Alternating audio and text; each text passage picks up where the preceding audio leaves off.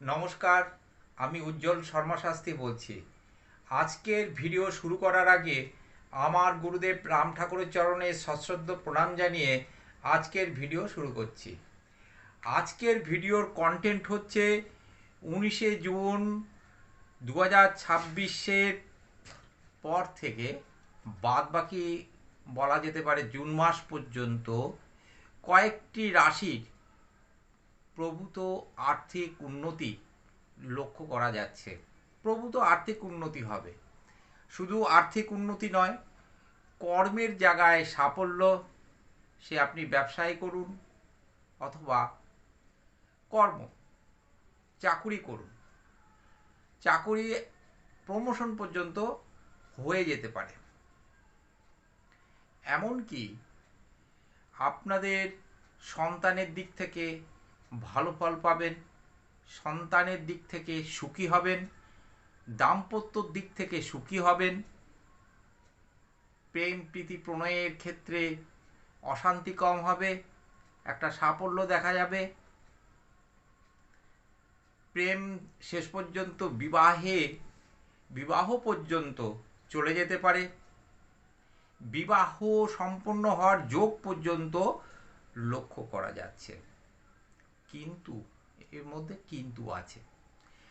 কালকে আমি একটি ভিডিও করেছিলাম, সেই ভিডিওতে নক্ষত্র নিয়ে আলোচনা করেছিলাম। নাক্ষত্রিক একটা যোগের ব্যাপারও থাকে। আপনার জন্মছকে গ্রহ সংস্থান যদি ঠিকঠাক মতো হয় তাহলে কিন্তু প্রবল উন্নতির যোগ কিন্তু লক্ষ্য করা যাচ্ছে। বৃহস্পতি বর্তমানে উচ্চস্থ।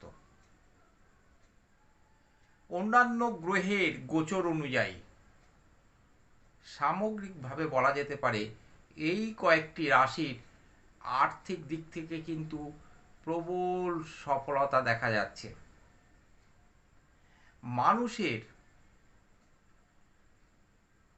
সবার কিন্তু একই রকম সময় যায় না, সুখ দুঃখ দুটোই জীবনে থাকে। আপনার খারাপ সময় যাচ্ছে, আপনার আর্থিক দিক থেকে খুব খারাপ সময় যাচ্ছে, একটা সময় কিন্তু দেখবেন আবার ভালো সময় চলে এসেছে। এর কারণও কিন্তু গ্রহ। আবার অনেক সময় দেখা যায় গ্রহ হলেও নিজেকে ঠিকঠাক মতো সিদ্ধান্ত নিতে হবে। ঠিকঠাক মতো সিদ্ধান্ত না নিতে পারলে সমস্যা কিন্তু আপনি নিজেই কিন্তু ডেকে আনবেন।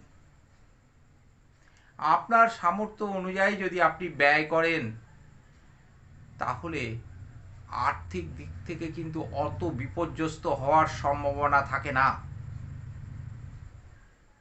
কি রকম? আপনি একটা বাড়ি তৈরি করছেন, আপনার সামর্থ্যের মধ্যে যদি বাড়িটি তৈরি করেন তাহলে কিন্তু আপনি ঋণগ্রস্ত হবেন না।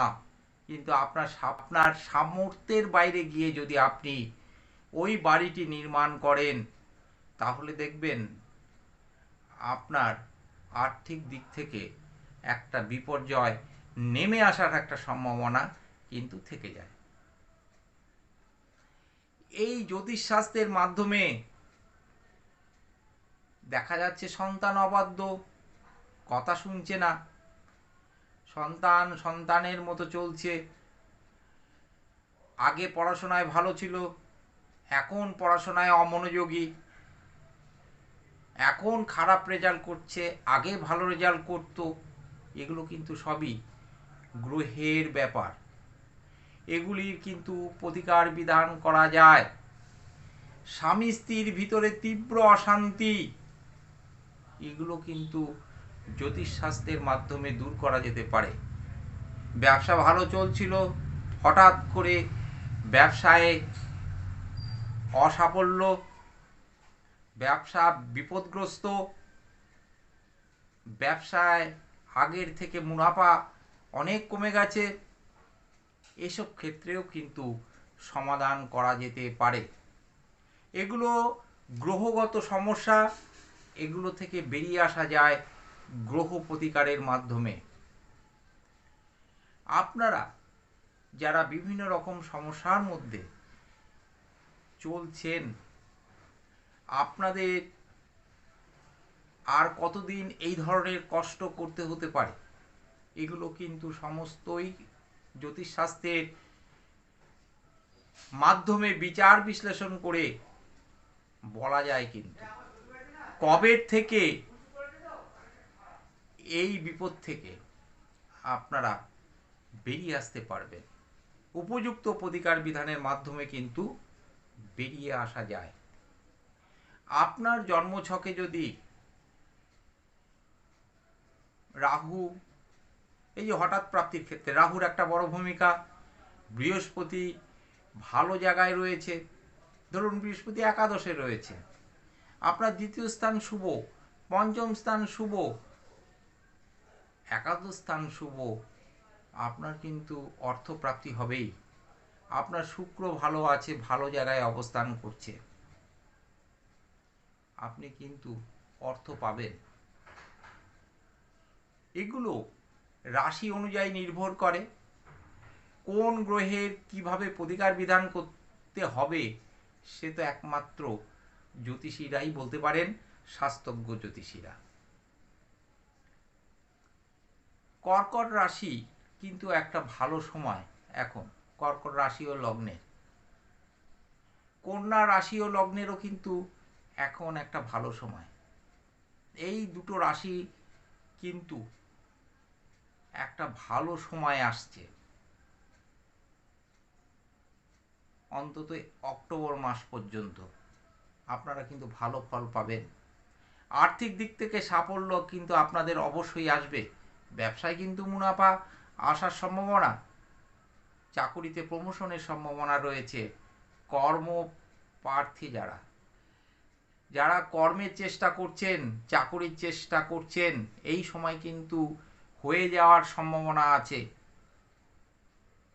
বৃশ্চিক রাশিরও কিন্তু একটা ভালো সময় চলছে এখন, অলরেডি 19 তারিখের পর থেকে আরও ভালো হবে। এই বৃশ্চিক রাশিরও কিন্তু প্রবল সম্ভাবনা অর্থপ্রাপ্তির ক্ষেত্রে। এই যে তিনটে রাশি ও লগ্নের কথা বলছি, এই তিনটে রাশি ও লগ্নের জাতক জাতিকারা আপনাদের কিন্তু লটারি প্রাপ্তির সম্ভাবনা আছে, শেয়ারের থেকে প্রফিট হওয়ার সম্ভাবনা রয়েছে। চেষ্টা করুন, কর্ম করুন, সঠিক পদ্ধতিতে করুন, দেখবেন সাফল্য আসবে। মীন রাশিরও কিন্তু একটা ভালো সময়, মিথুন রাশি,